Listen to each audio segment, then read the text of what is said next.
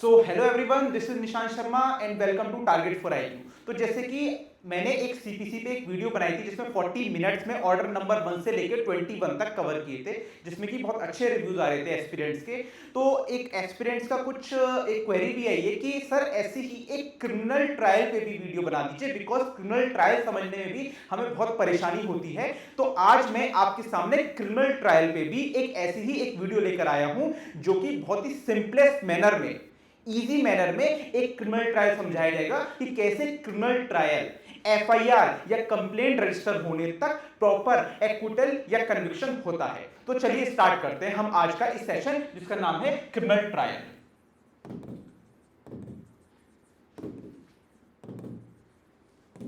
Under CrPC. तो देखिए, criminal trial में दो टाइप के ऑफेंसेस होते हैं। एक को होता है कॉग्निजेबल, एक होता है नॉन कॉग्निजेबल। अगर हम डिवाइड करें कॉग्निजेबल एंड नॉन कॉग्निजेबल, तो जहां तक कॉग्निजेबल ऑफेंसेस की बात है, उसमें शेड्यूल 1 ऑफ सीआरपीसी में डिफाइंड है कौन कौन से ऑफेंसेस कॉग्निजेबल होते हैं और कौन कौन से ऑफेंसेस कॉग्निजेबल नहीं होते इन शेड्यूल 1। अब अगर हम कॉग्निजेबल केसेस की बात करें तो कॉग्निजेबल केसेस में हम जो है एफआईआर भी कर सकते हैं, एफआईआर भी कर सकते हैं और कंप्लेंट भी कर सकते हैं। कंप्लेंट होती है मजिस्ट्रेट के समक्ष और एफआईआर होती है पुलिस में, पुलिस स्टेशन में। तो जनरली क्या होता है, कॉग्निजेबल ऑफेंसेस में जनरली लोग आपका एफआईआर करते हैं। अब एक बात बताइए, अगर कोई भी कॉग्निजेबल ऑफेंस का मतलब होता है थोड़ा सीवियर ऑफेंस, थोड़ा ग्रेव ऑफेंस, तो उसमें हम सबसे पहले, जो एक आम आदमी होता है वो सबसे पहले, अगर उसके सामने कोई भी एक ऐसा ऑफेंस होता है जो उसको लगता है बहुत ही ज्यादा सीवियर और डेंजरस ऑफेंस है, तो वो क्या करेगा? जनरली वो सबसे पहले जाएगा पुलिस स्टेशन में सबसे पहले वो लॉन्च कराएगा FIR under section 154 of CrPC. Under section 154 of CrPC में वो एफआईआर लॉन्च कराएगा और वो officer in charge of police station से ये बोलेगा कि सर मेरे सामने, या फिर मैंने ये सुना है या मैंने ये देखा है कि ये ऑफेंस हुआ है, इस वजह से आप मेरी एफआईआर लॉन्च कर दीजिए, आप मेरी एफआईआर लॉन्च कर दीजिए। अब मान लीजिए एफआईआर लॉन्च हो गई। अभी हम सिर्फ और सिर्फ कॉग्निजेबल केसेस की बात कर रहे हैं, जिसमें वो पर्सन जो है वो एफआईआर लॉन्च कराने गए हैं पुलिस स्टेशन में।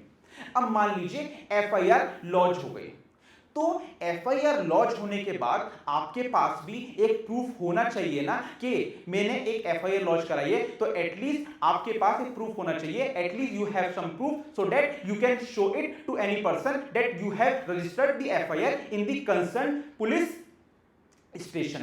तो इसी में अगर सेक्शन 154 की अगर हम बात करें, तो उसमें क्लियरली लिखा है कि एफआईआर की कॉपी आपको मिलेगी फ्री ऑफ कॉस्ट। आपको कॉपी मिलेगी एफआईआर की। जब आपको फ्री ऑफ कॉस्ट कॉपी मिलेगी, तो कॉपी मिलने से पहले आपको क्या क्या करना होगा वो बात, वो अगर 154 में देखें तो वो लिखा है कि आपको साइन करनी पड़ेगी एफआईआर पे, आपके भी, जो पर्सन एफआईआर लॉन्च कर रहा है उसके भी, और जो पुलिस ऑफिसर एफआईआर लॉन्च कर रहा है उसके भी सिग्नेचर होंगे, पुलिस ऑफिसर के भी सिग्नेचर होंगे उस पर्टिकुलर एफआईआर पे। और जब एफआईआर लॉन्च हो गई तब वो आपको कॉपी दे देंगे। अब यहां पे तो सिंपल बात ये हो गई कि आप गए और पुलिस ऑफिसर ने सीधे सीधे एफआईआर लॉन्च कर दी। लेकिन हम भी जानते हैं एफआईआर इतनी आसानी से लॉन्च नहीं करते पुलिस ऑफिसर, बिकॉज उसके बाद उन्हें इन्वेस्टिगेशन स्टार्ट करनी पड़ती है। अब बताइए कि अगर पुलिस ऑफिसर एफआईआर लॉन्च नहीं कर रहा है तो एक नॉर्मल इंसान क्या करेगा? तो उसका भी सॉल्यूशन 154 में ही डिफाइंड है। सेक्शन 154 ये कहता है कि आप उस डिस्ट्रिक्ट के, उस जिले के सुपरिटेंडेंट ऑफ पुलिस के पास जाइए। आप उस डिस्ट्रिक्ट के सुपरिटेंडेंट ऑफ पुलिस के पास जाइए और उनको यह बताइए कि sir, officer in charge of police station ने एफआईआर लॉन्च नहीं करी है, इसलिए मैं आपके पास आया हूं, ये ऑफेंस हुआ है, तो प्लीज आप ऑर्डर करिए एफआईआर लॉन्च करने के लिए उस वाले पुलिस ऑफिसर को, जो वो पुलिस ऑफिसर जो नहीं लॉन्च कर रहे हैं। ये चीज हो गई। अब मान लीजिए अगर कंसर्न सुपरिटेंडेंट ऑफ पुलिस भी मना कर रहे हैं, तब क्या ऑप्शन है एक आम आदमी के पास? तो अगर उस केस में हम देखें तो वो जो आम आदमी है वो क्या कर सकता है? वो मजिस्ट्रेट के पास जा सकता है, जिस मजिस्ट्रेट के पास आपका वो उस पर्टिकुलर ऑफेंस को, जो ऑफेंस हुआ है उसको ट्रायल करने का, ट्रायल का मतलब उस पे अपना कॉग्निजेंस लेने का, जो हम बाद में भी डिस्कस करेंगे, उसका अधिकार हो। तो वो जहां पर ऑफेंस हुआ है, वेयर ऑफेंस इज कमिटेड, जिस मजिस्ट्रेट के पास उस पर्टिकुलर ऑफेंस का ज्यूरिसडिक्शन है, उस मजिस्ट्रेट के पास जाएंगे, उसको बताएंगे कि सर, पुलिस ऑफिसर ने भी हमारी एफआईआर लॉन्च नहीं करी है, कंसर्न सुपरिटेंडेंट ऑफ पुलिस ने भी हमारी एफआईआर लॉन्च नहीं करी है, इसलिए हम आपके पास आए हैं, तो प्लीज आप ऑर्डर करिए उस पुलिस स्टेशन में कि हमारी एफआईआर लॉन्च करे। तो इसका अगर प्रावधान है, इसका जो प्रोविजन है वो दे रखा है सेक्शन 156 सब क्लॉज 3 में। सेक्शन 156 सब क्लॉज 3 में क्लियरली ये मेंशन है कि अगर मजिस्ट्रेट को लगता है कि ऑफेंस हुआ है लेकिन पुलिस ऑफिसर्स ने एफआईआर लॉन्च नहीं करी है, कंसर्न सुपरिटेंडेंट ऑफ पुलिस ने एफआईआर लॉन्च नहीं करी है, तो उस केस में आपके जो मजिस्ट्रेट साहब हैं वो आपके ऑर्डर कर देंगे 156 सब क्लॉज 3 में कि आप इनकी एफआईआर लॉन्च करिए। ये बात हो गई जब कोई भी कॉग्निजेबल ऑफेंस कमिट हो रहा है जिसमें कि आप पुलिस स्टेशन जा रहे हैं। पहली चीज, अब मान लीजिए कॉग्निजेबल दो टाइप्स के ऑफेंसेस होते हैं जो शेड्यूल 1 में दे भी रखा है, कॉग्निजेबल एंड नॉन कॉग्निजेबल। तो हमने कॉग्निजेबल की बात तो कर ली, अब बात आती है नॉन कॉग्निजेबल की। नॉन कॉग्निजेबल वो ऑफेंस होते हैं, जनरल भाषा में अगर बात करें, जो कि जिनका पनिशमेंट 2 साल से अमूमन कम होता है, जो लेस सीवियर होते हैं, लेस डेंजरस ऑफेंसेस होते हैं। फॉर एग्जांपल, अगर छोटी मोटी चोरी हो गई है तो उसको हम लोग नॉन कॉग्निजेबल ऑफेंस में डाल देंगे। तो इस नॉन कॉग्निजेबल ऑफेंस में क्या होता है, इसकी बात करता है section 155 of CrPC. Section 155 CrPC non cognizable offences की बात करता है, जिसमें आपका यह कह रहा है कि अगर कोई भी नॉन कॉग्निजेबल ऑफेंसेस अगर आप लॉन्च कराना चाह रहे हैं उसकी रिपोर्ट पुलिस स्टेशन में, तो पुलिस उसकी रिपोर्ट लॉन्च नहीं करेगी। पुलिस उसकी रिपोर्ट लॉन्च नहीं करेगी जब तक आप कंसर्न मजिस्ट्रेट से ऑर्डर नहीं ले आएंगे इन्वेस्टिगेशन का। अगर हम इससे आगे बढ़ें तो सेक्शन 155 ऑफ सीआरपीसी ये कहता है कि कोई भी पुलिस ऑफिसर आपका इन्वेस्टिगेशन स्टार्ट नहीं करेगा नॉन कॉग्निजेबल ऑफेंसेस में जब तक कि मजिस्ट्रेट उनको ऑर्डर ना कर दे। अनलेस मजिस्ट्रेट ऑर्डर, जब तक कि मजिस्ट्रेट ऑर्डर नहीं कर दे तब तक आपके पुलिस ऑफिसर उस पर्टिकुलर ऑफेंस पे इन्वेस्टिगेट नहीं करेंगे। ये क्लियरली लिखा है 155 में। तो अगर आपको नॉन कॉग्निजेबल ऑफेंसेस की इन्वेस्टिगेशन करानी है तो first you have to proceed before the concern magistrate. पहले आपको कंसर्न मैजिस्ट्रेट के पास प्रोसीड करना पड़ेगा, उनसे ये कहना पड़ेगा कि sir this is non cognizable case, इसलिए हम आपके पास आए हैं, तो प्लीज पुलिस ऑफिसर को ऑर्डर दे सेक्शन 155 में कि वो नॉन कॉग्निजेबल की इन्वेस्टिगेशन करे और प्रॉपर आगे प्रोसीड करे। और अगर अरेस्ट भी करना है तो अरेस्ट के लिए भी अलग आपके वारंट होते हैं नॉन कॉग्निजेबल केसेस में। वारंट के लिए भी पुलिस ऑफिसर्स को कोई भी अथॉरिटी नहीं, अरेस्ट वारंट के लिए पुलिस ऑफिसर को कोई भी अथॉरिटी नहीं होती जब तक आपके मजिस्ट्रेट उनको ऑर्डर नहीं कर देते। ये डिफरेंस होता है आपका cognizable as well as non cognizable offences में। और इसी वजह से कॉग्निजेबल ऑफेंसेस को मोर सीवियर माना जाता है, क्योंकि उसमें पुलिस डायरेक्ट एफआईआर लॉन्च करने की अथॉरिटी भी है और पावर भी है। बट नॉन कॉग्निजेबल ऑफेंसेस में पुलिस ऑफिसर्स के पास तब तक अथॉरिटी नहीं है इन्वेस्टिगेट करने की जब तक कि मजिस्ट्रेट के ऑर्डर नहीं आ जाते। जब तक मजिस्ट्रेट साहब ऑर्डर नहीं कर देते तब तक इन्वेस्टिगेशन स्टार्ट नहीं होगी। ये आपका बात करता है section number 155 of code of criminal procedure. अब हमने यहां तक डिस्कस कर लिया, एक केस होता है कॉग्निजेबल, एक केस होता है नॉन कॉग्निजेबल। कॉग्निजेबल ऑफेंसेस में अब डायरेक्ट पुलिस ऑफिसर के पास जाइए, एफआईआर लॉन्च करेंगे, इन्वेस्टिगेशन स्टार्ट करेंगे। अगर एफआईआर लॉन्च नहीं करी तो सुपरिटेंडेंट ऑफ पुलिस के पास जाइए, उन्होंने भी एफआईआर लॉन्च नहीं करी तो कंसर्न मजिस्ट्रेट के पास जाइए। 156(3) में आपके जो 156(3) में जो आपके ऑर्डर करेंगे पुलिस ऑफिसर को कि इस पर्टिकुलर ऑफेंस कॉग्निजेबल है, आप इस पे इन्वेस्टिगेशन स्टार्ट करिए।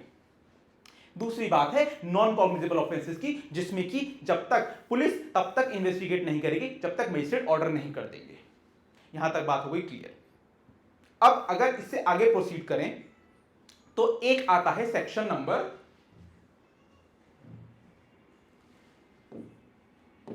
157। सेक्शन 157 आपकी बात करता है अकरेंस रिपोर्ट। अकरेंस रिपोर्ट ये सिंपल इसका मतलब ये होता है कि अगर आपने पुलिस ऑफिसर ने किसी भी ऑफेंस पे एफआईआर लॉन्च कर ली है तो वो सबसे पहले मजिस्ट्रेट को इन्फॉर्म करेंगे कि सर हमने इस पर्टिकुलर ऑफेंस पे एफआईआर लॉन्च कर दी है, अब हम इस पे इन्वेस्टिगेशन करने जा रहे हैं। Sir we have registered FIR in this particular offence, now we are proceeding towards the investigation regarding this particular offence. इसको कहते हैं अकरेंस रिपोर्ट। अब इस अकरेंस रिपोर्ट का पर्पस क्या होता है कि क्यों ही बताना मजिस्ट्रेट को, इन्वेस्टिगेशन करने की तो अथॉरिटी है ही पुलिस ऑफिसर के पास, तो मजिस्ट्रेट को इन्फॉर्म करना ही क्यों है अगर हमारे पास प्रॉपर इन्वेस्टिगेशन करने की अथॉरिटी है। तो इसका जो प्राइमरी ऑब्जेक्ट एंड पर्पस होता है कि आपकी जो एफआईआर है उसमें जो चार्जेस पुलिस ऑफिसर ने फ्रेम करे हैं उसमें ऑल्ट्रेशन ना हो, उसमें पुलिस ऑफिसर ऑल्ट्रेशन ना करे। इस वजह से to prevent alteration in charges. देखिए ये बहुत ऐसे सेक्शंस हैं जो समझ में नहीं आते, इनको मैं बहुत इजी लैंग्वेज में आप लोगों के सामने पूरी की पूरा समझाने की कोशिश कर रहा हूं, बहुत इजी लैंग्वेज में। तो प्लीज इसको अच्छे से सुनिएगा और आपको at the end of this video पूरा का पूरा क्रिमिनल ट्रायल बहुत इजी मैनर में समझ में आ जाएगा। अब 157 में जब उनको पुलिस ऑफिसर ने मजिस्ट्रेट को इन्फॉर्म कर दिया कि हम इस पे इन्वेस्टिगेट कर रहे हैं, और मजिस्ट्रेट को इन्फॉर्म करने की जरूरत इसलिए पड़ती है कि वो जो पर्टिकुलर चार्ज है एफआईआर में वो ऑल्ट्रेशन ना हो सके, अब उसी पे इन्वेस्टिगेशन चलेगी। अब मान लीजिए पुलिस ऑफिसर ने मजिस्ट्रेट को इन्फॉर्म भी कर दिया, अब आगे क्या होगा, तो अब आगे जो होता है, अब अगर एक कॉमन लैंग्वेज या कॉमन सेंस में भी हम लोग चलें तो एफआईआर लॉन्च करने का सबसे बड़ा पर्पस होता है, और जिसी की वजह से police officer generally FIR launch immediately नहीं करते हैं, वो होता है आपका इन्वेस्टिगेशन। क्योंकि एफआईआर लॉन्च करने के तुरंत बाद पुलिस को स्टार्ट करनी पड़ती है आपकी इन्वेस्टिगेशन स्टार्ट करनी पड़ती है। इन्वेस्टिगेशन का मतलब होता है कि जिस भी पर्सन ने उस ऑफेंस को होते हुए देखा है, होते हुए सुना है, या उसको कुछ फील करा है जिससे कि वो ऑफेंस प्रूव हो सके या फिर कुछ ऐसे डॉक्यूमेंट्स हैं जिससे कि वो ऑफेंस प्रूव हो सके, ये सब आपका इन्वेस्टिगेशन का पार्ट बनता है। और इसी वजह से पुलिस ऑफिसर जो हैं वो जनरली जब आप फोर्स करेंगे तभी वो एफआईआर लॉन्च करते हैं, बिकॉज ऑफ दिस रीजन। तो अब क्योंकि इन्वेस्टिगेशन बहुत बड़ा रोल प्ले करती है, आपका जब चार्जशीट फाइल होती है तभी आपके इन्वेस्टिगेशन जो ऑफिसर हैं वो आपका प्रॉपर इन्वेस्टिगेशन करके ये बताते हैं कि क्या क्या उनको मिला है इस पर्टिकुलर ऑफेंस में। अब इन्वेस्टिगेशन से रिगार्डिंग सीआरपीसी में कुछ सेक्शंस बात करते हैं, जिसमें कि सबसे इंपॉर्टेंट सेक्शन जो होते हैं वो है सेक्शन 160, 161, 162। सेक्शन 160, 161 एंड 162 जो सेक्शन है वो आपके इन्वेस्टिगेशन से बात करते हैं। सेक्शन 160 में सिंपली इतनी बात करता है कि अगर आपको कोई भी विटनेस से कुछ भी पूछना है तो आप क्या करेंगे। इसमें यही बताया गया है, अगर आपको कोई भी विटनेस से कुछ भी पूछना है तो आप उनको पुलिस स्टेशन बुलाएंगे। 160 में पुलिस स्टेशन में आप उनको बुलाया जाएगा। जब आप उनको पुलिस स्टेशन में बुलाएंगे तो अगर मान लीजिए पुलिस स्टेशन वो पर्सन आ पा रहे हैं तो बहुत अच्छी बात है, अगर पुलिस स्टेशन वो नहीं आ पा रहे हैं तो उस केस में क्या होगा, उस केस में पुलिस ऑफिसर उनके घर जाएगा, क्योंकि इन्वेस्टिगेशन तो बहुत ज्यादा जरूरी है ना। अगर ऑफेंस हुआ है तो बिना इन्वेस्टिगेशन के तो ऑफेंस प्रूव या डिस्प्रूव तो हो ही नहीं सकता है। तो इस वजह से या तो पुलिस ऑफिसर उनके होम जाएगा या फिर वो उनके अपने पुलिस स्टेशन में ही उनको कॉल करेंगे। ये बात करता है सिंपल आपका 160। अब आपके जो 161 और 162 जो बात करते हैं वो ये कहते हैं कि जो भी विटनेसेस बोल रहे हैं उनको रिटन फॉर्म में लिखना पड़ेगा। Statement to be recorded in writing. आपको राइटिंग में स्टेटमेंट्स को रिकॉर्ड करना पड़ेगा, लेकिन सबसे जो इंपॉर्टेंट बात है यहां समझने वाली कि वो राइटिंग साइन नहीं होगी by the witnesses, not to be signed by the witnesses.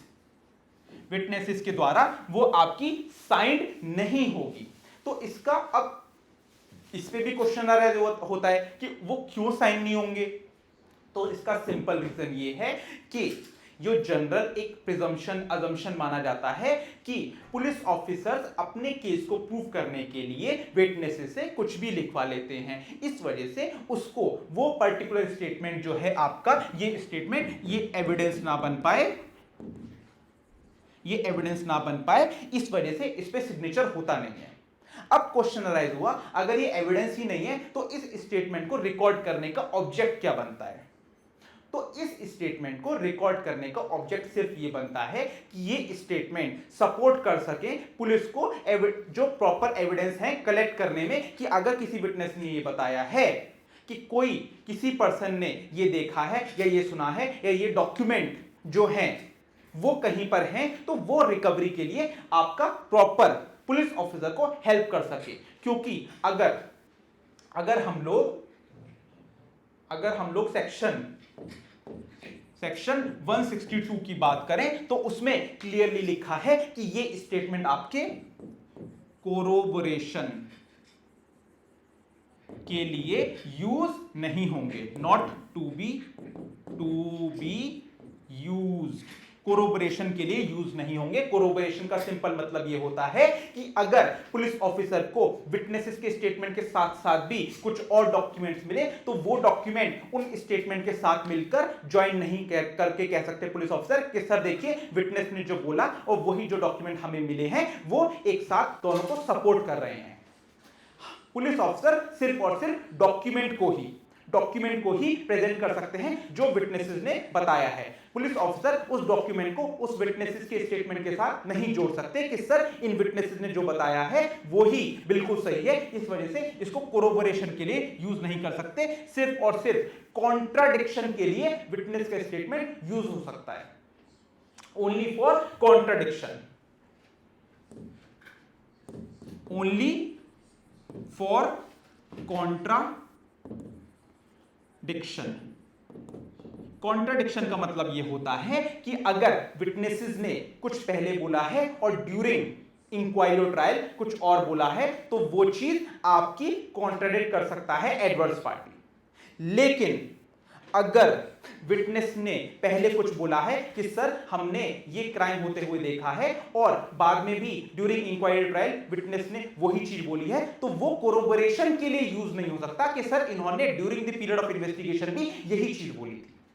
यह है इस चीज का मतलब समझना कि कोरोबोरेशन के लिए यूज नहीं होगा विटनेस का स्टेटमेंट, सिर्फ और सिर्फ कॉन्ट्राडिक्शन के लिए यूज होगा कि अगर वो पहले कुछ कह रहे हैं बाद में कुछ कह रहे हैं तो उस विटनेस को कॉन्ट्राडिक्ट किया जा सकता है।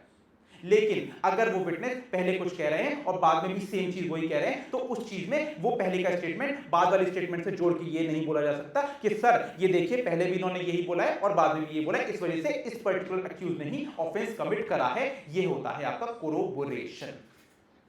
यहां तक बात है कोरोबोरेशन एज वेल एज कॉन्ट्राडिक्शन की, जो कि सेक्शन 162 में बात करता है कि विटनेस का स्टेटमेंट आपका जो भी रिटन फॉर्म में है वो सिग्नेचर नहीं होगा और कोरोबोरेशन के लिए आप उसको यूज नहीं कर सकते हैं। यहां तक बात हो गई। अब अगर इससे आगे मूव ऑन करें तो अगर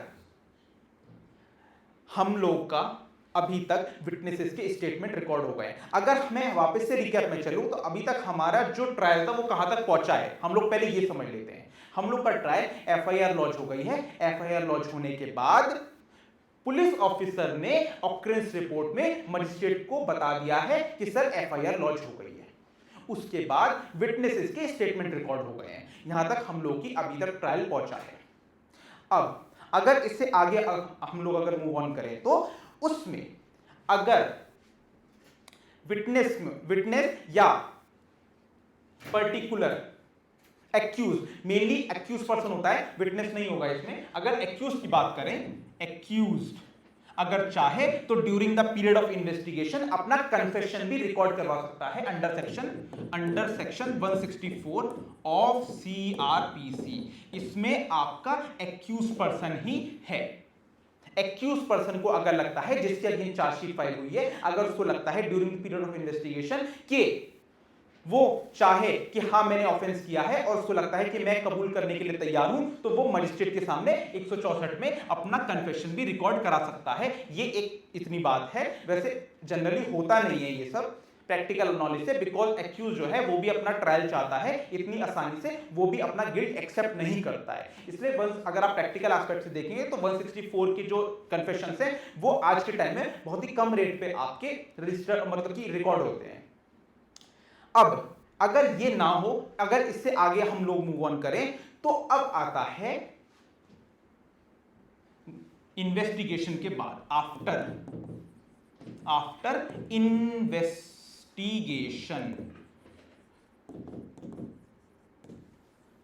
अब इन्वेस्टिगेशन पुलिस ने कंप्लीट कर ली है, पुलिस की इन्वेस्टिगेशन पूरी तरीके से कंप्लीट हो गई है। अब आगे का क्या प्रोसेस होगा?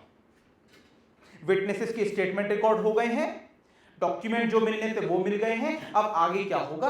आगे पुलिस या तो फाइनल रिपोर्ट या फिर चालान, जिसको हम नॉर्मल लैंग्वेज में भी कहते हैं क्लोजर रिपोर्ट और चार्जशीट, या तो पुलिस ऑफिसर मजिस्ट्रेट के समक्ष क्लोजर रिपोर्ट या फाइनल रिपोर्ट फाइल करेंगे या फिर चालान और चार्जशीट फाइल करेंगे। अब इनको समझते हैं कि ये होता क्या है। देखिए, फाइनल रिपोर्ट या क्लोजर रिपोर्ट वो होता है कि इन्वेस्टिगेशन करने के बाद भी पुलिस ऑफिसर को कुछ नहीं मिला है और पुलिस ऑफिसर ये चाहता है या उनको जो लग रहा है कि इस पर्टिकुलर एक्यूज ने कोई भी ऑफेंस नहीं किया है। इस पर्टिकुलर अक्यूज ने कोई भी ऑफेंस नहीं करा है and he wants him to be discharge. उनको कोई भी एविडेंस नहीं मिले हैं और अब जब एविडेंस नहीं मिले हैं तो वो चाह रहे हैं कि इसको डिस्चार्ज कर दी जाए, इस पर्टिकुलर अक्यूज को। वो बात कर रहा है आपका क्लोजर रिपोर्ट में सेक्शन 169 ऑफ सीआरपीसी में बात करता है आपका क्लोजर रिपोर्ट, जिसमें कि पुलिस ऑफिसर को कुछ नहीं मिला है एविडेंसेस इन्वेस्टिगेशन करने के बाद। एक तो बात ये हो गई।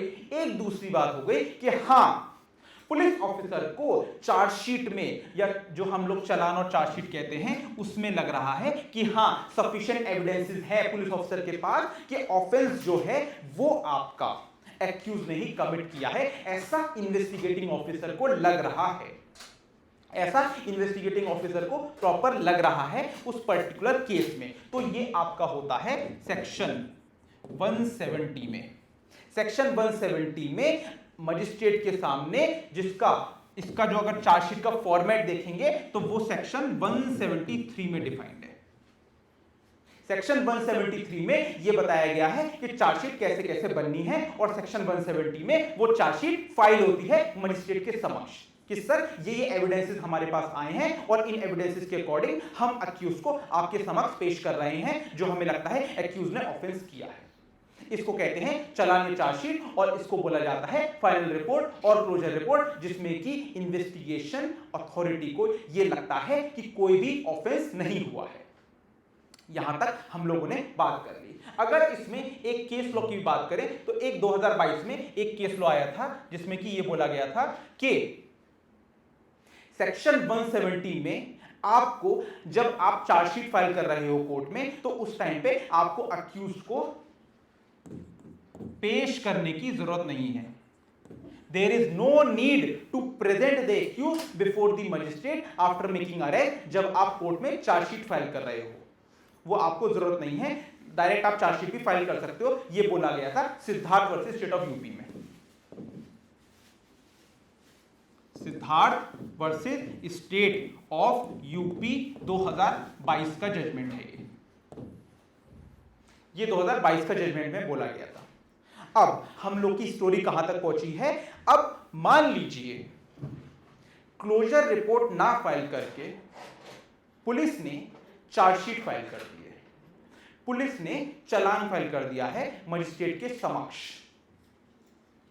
पुलिस ऑफिसर ये बोल रहे हैं कि सर हमें तो लग रहा है कि इस पर्टिकुलर अक्यूज ने ऑफेंस किया है और हम चाहते हैं ये एविडेंसेस के साथ कि आप इस पे कॉग्निजेंस लो। अब बात आती है कॉग्निजेंस की। सेक्शन 190 ऑफ सीआरपीसी जो बात करता है वो बात करता है आपका कॉग्निजेंस की। अब कॉग्निजेंस होता क्या है? देखिए सिंपल वर्ड में मैं अगर आपको बताऊं तो कॉग्निजेंस का सिंपल वर्ड है कि मजिस्ट्रेट को प्राइमा फेसिली उस चार्जशीट को देख के लग क्या रहा है। क्या मजिस्ट्रेट को यह लग रहा है कि यह ऑफेंस हुआ है या क्या मजिस्ट्रेट को यह लग रहा है कि ऑफेंस नहीं हुआ है। इसको कहते हैं कॉग्निजेंस, जिसमें कि मजिस्ट्रेट अपना जुडिशियल माइंड अप्लाई करता है। एप्लीकेशन ऑफ जुडिशियल माइंड, जिसमें कि मजिस्ट्रेट अपना जुडिशियल माइंड अप्लाई करके ये देखता है कि क्या कोई ऑफेंस हुआ है, क्या मुझे आगे प्रोसीड करना है। क्योंकि अगर एक बार कॉग्निजेंस ले लिया मजिस्ट्रेट ने तो if the magistrate have taken cognizance then the process of inquiry और ट्रायल begins। जब कॉग्निजेंस ले लेता है तो इंक्वायरी और ट्रायल का प्रोसेस स्टार्ट हो जाता है। इस वजह से मजिस्ट्रेट बहुत सोच समझ के कॉग्निजेंस लेता है उस ऑफेंस पे। तो सेक्शन 190 ही बात करता है कि कॉग्निजेंस कौन ले सकता है। वो आपका बात कर रहा है जुडिशियल मैजिस्ट्रेट फर्स्ट क्लास जो होते हैं वो आपके जनरली कॉग्निजेंस लेते हैं ऑफेंसेस पे। और दूसरी बात, किस किस केसेस में कॉग्निजेंस ले सकते हैं magistrate. On which cases magistrate has a power to take cognizance. तो आपका पहला हो गया पुलिस रिपोर्ट। पुलिस रिपोर्ट जो कि आपके सेक्शन 170 में और जिसका फॉर्मेट सेक्शन 173 में डिफाइंड है, उस पे आपका मजिस्ट्रेट कॉग्निजेंस ले सकते हैं। सेकंड आपके हो गए कंप्लेंट में, जिसमें आप कंप्लेंट में सेक्शन 200 में भी मजिस्ट्रेट कॉग्निजेंस ले सकते हैं। तो अगर हम सिर्फ और सिर्फ पहले वाली बात करें तो ऑलरेडी हमने डिस्कस कर लिया है, जिसमें कि चार्जशीट फाइल होती है बाय द पुलिस अथॉरिटी, ये बोलकर कि सर हमें लगता है कि मजिस्ट्रेट ने कि आपके पर्टिकुलर अक्यूज ने ऑफेंस कमिट किया है, तो हम आपसे चाह रहे हैं कि आप इस पे कॉग्निजेंस लें। एक बात तो ये हो गई। सेकेंड बात होती है आपकी कंप्लेंट केसेस की। कंप्लेंट केसेस में सिंपली ये होता है कि अगर इसमें कोई पुलिस का रोल नहीं होता, इसमें सिंपली एक पार्टी होती है जो कि दूसरी, जिसको हम कंप्लेनेंट कहते हैं, कंप्लेनेंट, जिसको हम कंप्लेनेंट के नाम से जानते हैं, और जो कोर्ट में डायरेक्ट जाते हैं कि सर मेरे साथ ये ऑफेंस हुआ है और मैं चाह रहा हूं कि आप इस कंप्लेंट का, ये जो पर्टिकुलर कंप्लेंट है, इस पे आप कॉग्निजेंस ले उस पर्टिकुलर अक्यूज्ड के अगेंस्ट। और इसमें आपका चार्जशीट फाइल नहीं होती, इसमें आपका प्रॉपर कंप्लेंट में ही कंप्लेनेंट का एग्जामिनेशन होता है। एग्जामिनेशन, ये आपका इस पर्टिकुलर एग्जामिनेशन का पर्पस ये होता है कि एटलीस्ट मजिस्ट्रेट को पता चले कि कैसे कंप्लेंट आ रहे हैं और किस वजह से आ रहे हैं, क्यों आ रहे हैं, और उनके पास क्या क्या एविडेंसेस हैं जिस वजह से मैं, दैट मींस मजिस्ट्रेट उस पे कॉग्निजेंस ले। ये आपका ऑब्जेक्ट होता है कंप्लेनेंट का, कि जो भी मजिस्ट्रेट के पास कंप्लेंट फाइल करने जाएंगे तो उनका एग्जामिनेशन होगा, उनके जो भी विटनेसेस होंगे,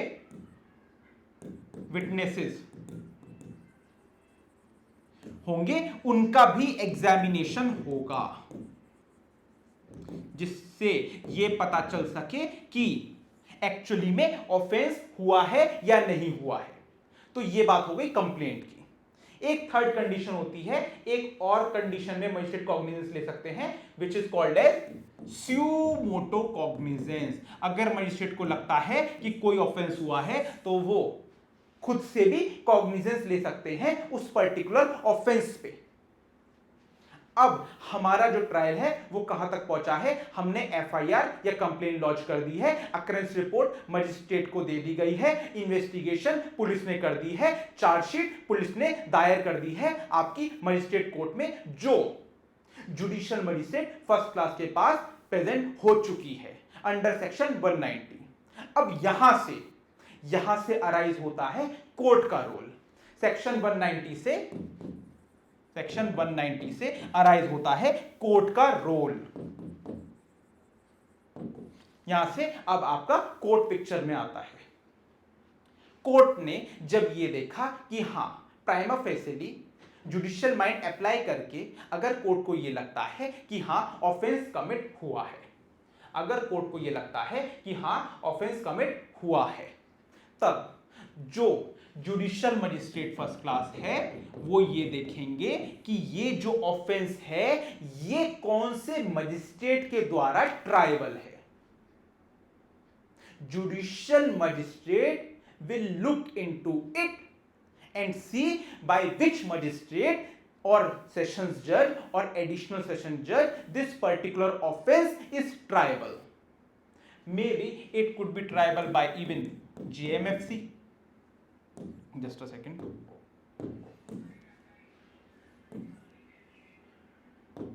JMFC or CJM or additional sessions judge or sessions judge by any particular judge or magistrate, that offense may be triable, क्योंकि वो ऑफेंस किसी भी प्रकार का हो सकता है। वो ऑफेंस आपका मर्डर भी हो सकता है, वो ऑफेंस आपका थेफ्ट भी हो सकता है, वो ऑफेंस आपका रॉबरी भी हो सकता है, और वो ऑफेंस आपका चीटिंग भी हो सकता है। तो उसी के अकॉर्डिंग हमारा जो शेड्यूल 1 है उसमें क्लियरली डिफाइंड है सीआरपीसी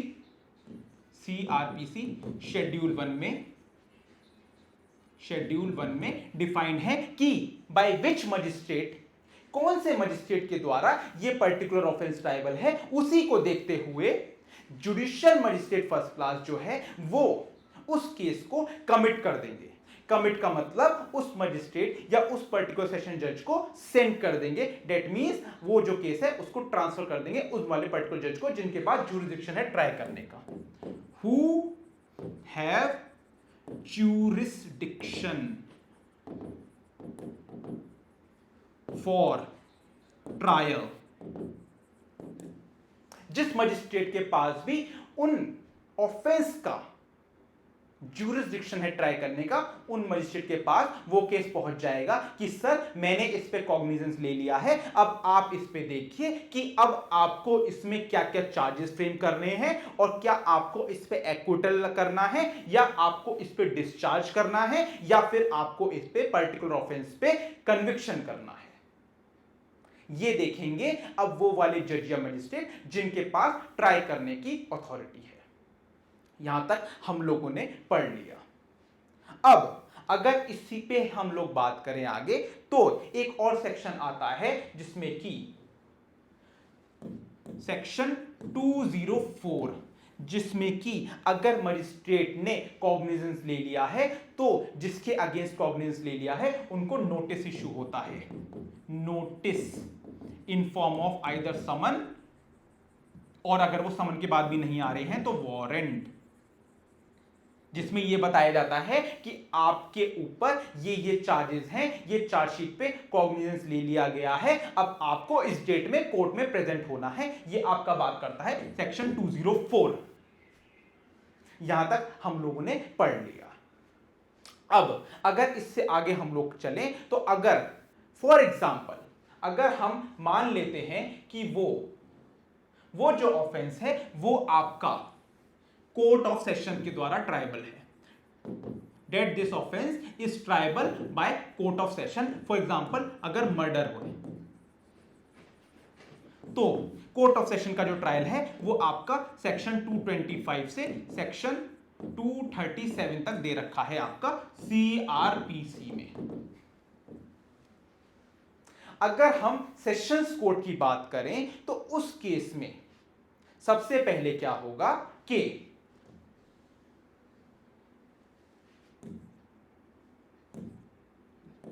सेक्शन 225 में सिंपली अगर आपको इजी लैंग्वेज में बताऊं तो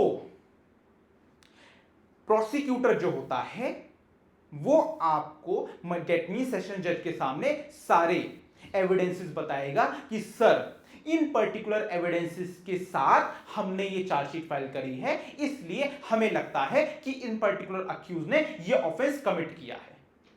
सिंपल ये बताया जाएगा by the prosecutor that sir we have collected these kind of evidences and therefore we believe and found that the particular accused have committed this offense। अब इससे पहले एक और चीज होती है जो कि जानने वाली होती है। देखिए 225 से अगर प्रोसिक्यूटर बता रहा है कोर्ट को कि सर हमारे पास ये एविडेंसेस हैं, उससे पहले ये सीआरपीसी में सेक्शन 225 में नहीं लिखा है, बट जो as a matter of practice जो होता है कोर्ट्स में वो ये होता है कि सेक्शन 207 सेक्शन 208 इनका कंप्लायंस होना बहुत जरूरी होता है सेक्शन 225 से पहले। जो मैं बता दूं ये होते क्या है, ये सेक्शन सिंपली इतनी बात कर रहे हैं कि जब भी एक्यूज जो है वो कोर्ट में आता है तो कोर्ट ये इंश्योर करता है कि जो भी एफआईआर जो भी 161 के जो भी स्टेटमेंट हैं या कोई भी अदर डॉक्यूमेंट्स हैं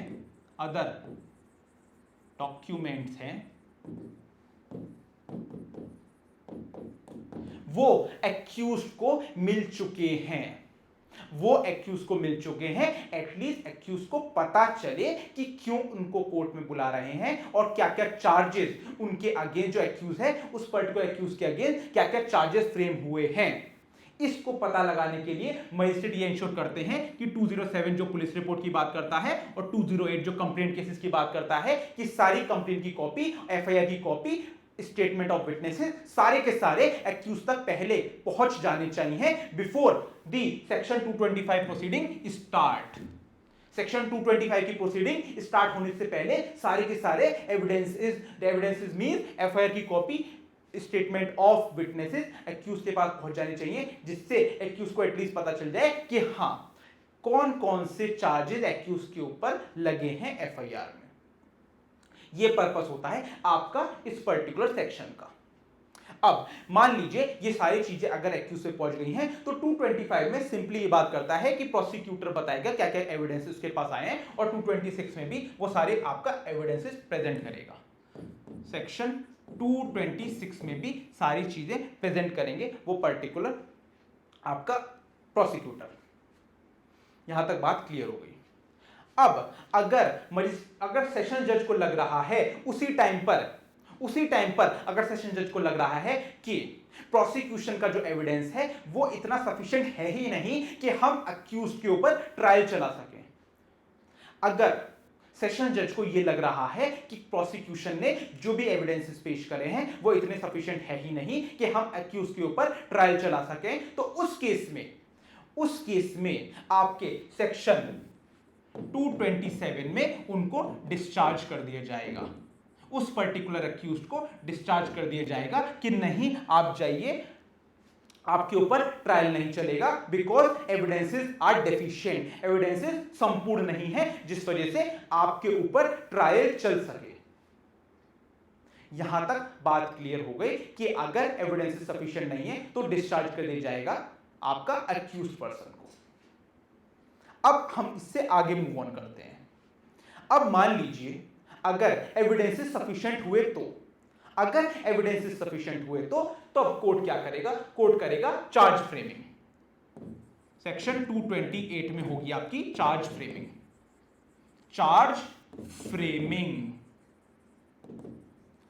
और चार्ज फ्रेमिंग करने के बाद, अब चार्ज फ्रेमिंग करने का मतलब है अब इस पर्टिकुलर चार्जेस पे जो भी चार्ज फ्रेम हुआ है ये जरूरी नहीं है वही चार्ज हो जो एफआईआर में थे। तो चार्ज फ्रेमिंग जो होती है वो बेसिकली आपकी सेक्शन 211 से 215 के अकॉर्डिंग होती है। सीआरपीसी में क्या क्या चार्जेस होंगे, क्या क्या ऑफेंसेस हैं, किस ऑफेंसेस पे क्या चार्ज होगा।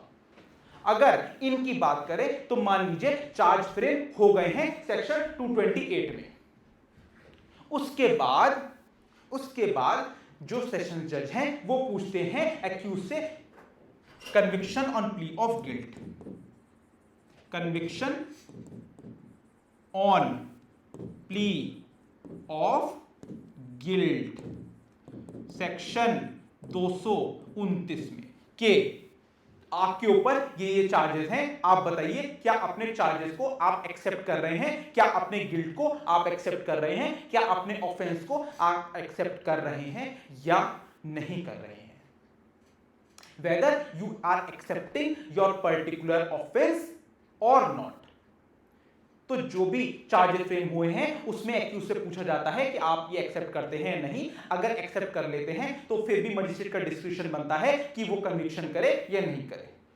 मान लीजिए एक्यूज जनरली जो मैटर ऑफ प्रैक्टिस में भी होता है एक्सेप्ट नहीं करता है और वो ये कहता है कि नहीं sir I am claiming to be tried, मैं ट्रायल चाहता हूं और मेरे चार्जेस प्रूव हों ये मैं चाहता हूं। अब मान लीजिए एक्यूज ने उस पे accused does not accept guilt,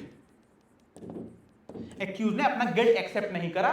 उसके बाद जो होता है उसके बाद एक प्रॉपर प्रोसिक्यूशन साइड को डेट दी जाती है। अब आपके जितने भी विटनेसेस हैं, अब कोर्ट कह रहा है कि एक्यूज ने अपना गिल्ट एक्सेप्ट नहीं करा, अब आपके पास मतलब अब कोर्ट प्रोसिक्यूशन से कह रहा है कि अब आपके पास जितने भी एविडेंसेस है सबको ले आओ।